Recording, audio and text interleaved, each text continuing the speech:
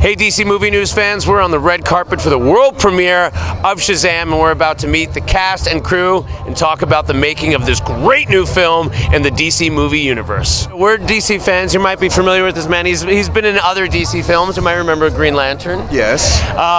This is a very different approach to this character, Dr. Sivana. Did you have any awareness of Shazam? This character goes back a long way, back to the 40s growing up. Were you aware of Captain Marvel or Shazam? As a Brit, you know, growing up in the UK, we didn't really have superhero movies, so I wasn't really aware of them. I think probably Superman was the first one I kind of knew of in my teens and just thought, what an incredible story. You know, this idea of a baby leaving his planet, the planet explodes, he's a young boy lifting cars at the age of 5 to save people's lives. I just thought the kind of inventiveness of the stories were amazing.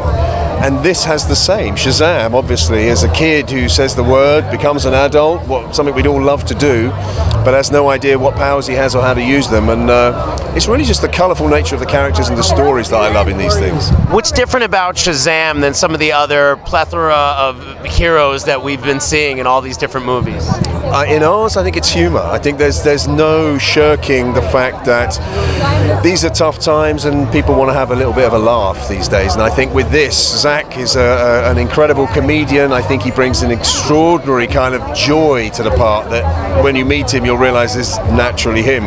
And the thing is fun, you know, it's great fun and everybody has a good time, and that's really important. Can you just talk really briefly about the character of Sivana, because without giving anything away, this character is really set up well for us. We're not just thrown into a villain.